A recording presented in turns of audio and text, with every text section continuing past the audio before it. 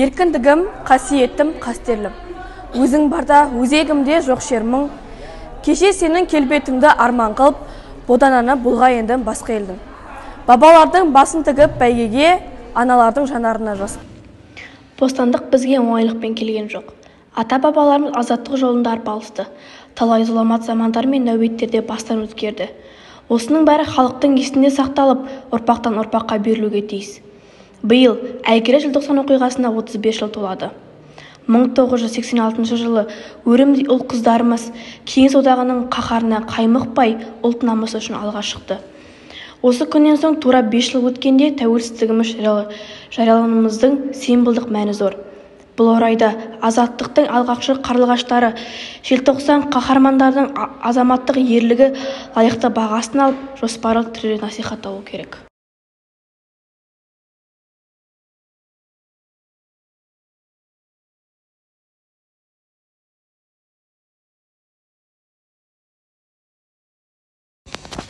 Биыл тәуелсіздіктің 31 жылы.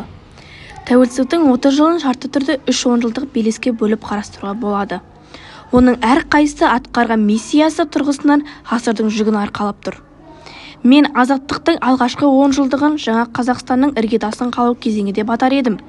Осы уақытта елбасының басшылығы мен мемлекетіміздің нышандары белгіленіп, билік жүйесі қалыптасты. Ұлттық валютамыз айналымға енді.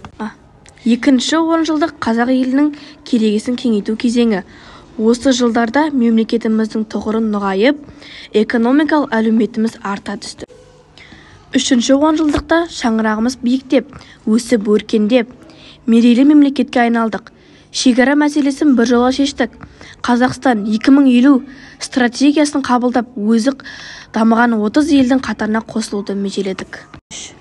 Алдағы 4-ші 10 жылдықтың бізге жүктейтін міндеті қуатты елдің иесі және кемел халық болу. Өткен күннен алыс жоқ, келер күннен жақын жоқ дейді дана халқымыз.